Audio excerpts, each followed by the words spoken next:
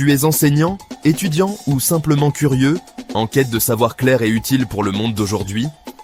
Alors bienvenue sur la chaîne Quête des savoirs. Sur cette chaîne, Dr Gamal Moukaled décrypte pour toi les grands concepts du numérique, de la science et de l'éducation, avec des explications simples, des exemples concrets et des vidéos courtes et impactantes. Big Data, IA, pédagogie, technologies éducatives, outils numériques pour la classe. Ici, chaque vidéo t'aide à mieux comprendre le monde et à transformer tes pratiques professionnelles. Que tu sois enseignant, formateur, étudiant ou apprenant autonome, tu trouveras ici des contenus fiables, structurés et directement utilisables dans tes cours, tes révisions ou tes projets. L'objectif, te faire gagner du temps, t'inspirer et t'accompagner dans ta propre quête de savoir. Abonne-toi maintenant à Quête des savoirs. Active la cloche pour ne rater aucune nouvelle vidéo et partage la chaîne avec celles et ceux qui veulent apprendre autrement. Ensemble, faisons du savoir un levier de changement, ici à Djibouti et partout dans le monde francophone. Ada Lovelace, alors, première programmeuse de l'histoire, visionnaire de génie ou une figure un peu surfaite? C'est la question qui divise et c'est ce qu'on va explorer ensemble. Et c'est vrai qu'aujourd'hui, son nom est partout dans la tech. On parle d'un langage de programmation, d'une architecture de carte graphique et même d'une crypto qui porte son nom. Son héritage est bien vivant, hein. On a son portrait sur les hologrammes de Microsoft, l'architecture Ada Lovelace qui fait tourner nos cartes graphiques modernes, la crypto Cardano qui utilise ADA, et bien sûr le Ada Lovelace Day chaque mois d'octobre. Bref, elle est célébrée partout, ce qui la place vraiment comme une pionnière. Mais voilà, tout le monde n'est pas de cet avis, loin de là. Certains historiens, eux, dressent un portrait, disons, beaucoup moins flatteur. Ils la traitent de folle alliée et même de figure la plus surfaite de l'histoire de l'informatique. Carrément. En gros, ils remettent tout en question. Alors qui croire? Génie visionnaire ou un mythe bien construit? C'est vraiment ça la question centrale autour de celle qu'on présente souvent comme la toute première programmeuse. Pour y voir plus clair, il faut revenir en arrière à ses débuts. Et tout commence avec son éducation qui était pour le moins unique. C'est la première pièce essentielle de notre puzzle. Il faut s'imaginer, Ada, c'est le fruit de deux univers totalement opposés. D'un côté son père, le fameux poète romantique Lord Byron, avec tout son art et ses scandales. Et de l'autre, sa mère, Annabella Milbank, une mathématicienne brillante, l'exact opposé. Et justement, sa mère, un peu pour contrer l'influence poétique et sulfureuse du père, a insisté pour qu'Ada reçoive une éducation hyper rigoureuse en sciences et en maths. C'était complètement hors norme pour une jeune femme de la noblesse à cette époque. Elle a été formée par les meilleurs esprits scientifiques du pays. Et apparemment, elle était douée, vraiment douée, à tel point que son prof de maths, le célèbre Auguste de Morgan, a écrit en cachette à sa mère pour lui dire à quel point il était bluffé par son talent. Il a dit que sa capacité de réflexion était complètement hors du commun. Et c'est ce talent qui va l'amener à la rencontre décisive de sa vie, celle avec Charles Babbage. C'est le début d'une collaboration qui va marquer l'histoire. Au centre de tout ça, il y a cette machine incroyable, la machine analytique de Babbage. Il faut bien comprendre ce que c'était pour l'époque. On parle d'un concept totalement fou.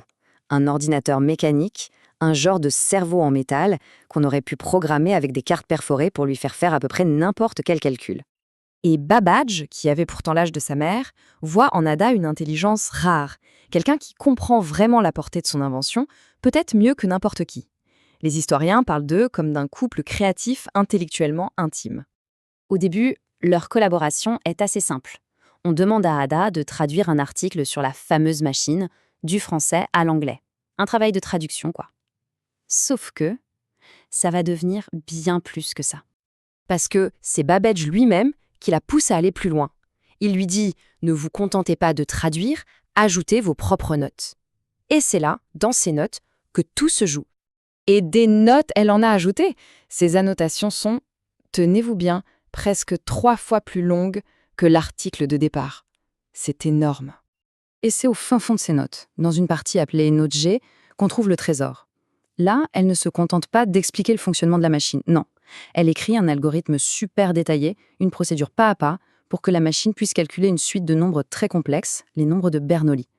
Pour beaucoup, c'est ça le premier programme informatique de l'histoire. Et attention, ce n'est pas juste une formule balancée sur le papier, c'est une vraie recette de cuisine pour la machine. Elle lui dit exactement quelles opérations faire, où ranger les résultats en attendant, comment gérer les différentes variables.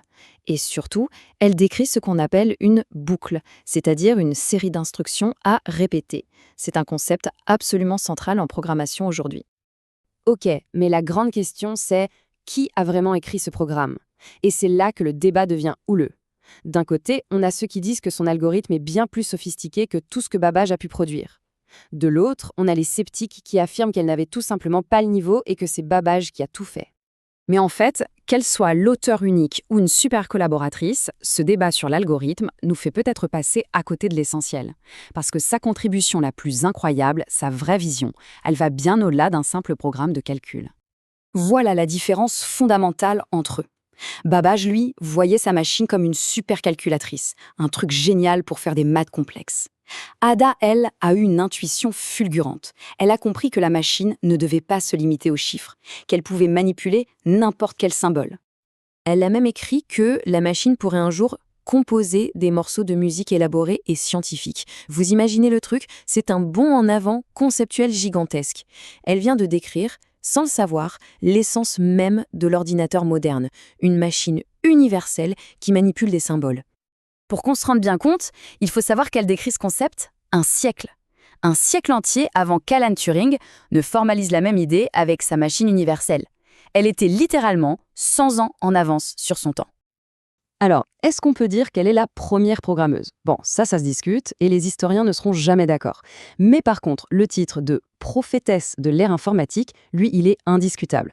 Son véritable héritage, il est là, dans cette vision incroyable de ce que les ordinateurs allaient devenir. Finalement, Ada Lovelace, avec ce mélange unique d'art et de science en elle, a été capable de voir de la science poétique dans la logique froide d'une machine. Et c'est peut-être ça la leçon. L'avenir de la technologie, ce n'est pas juste une question de circuit ou de lignes de code. C'est avant tout une question de vision, d'imagination, la capacité à rêver ce que les machines de demain pourront accomplir.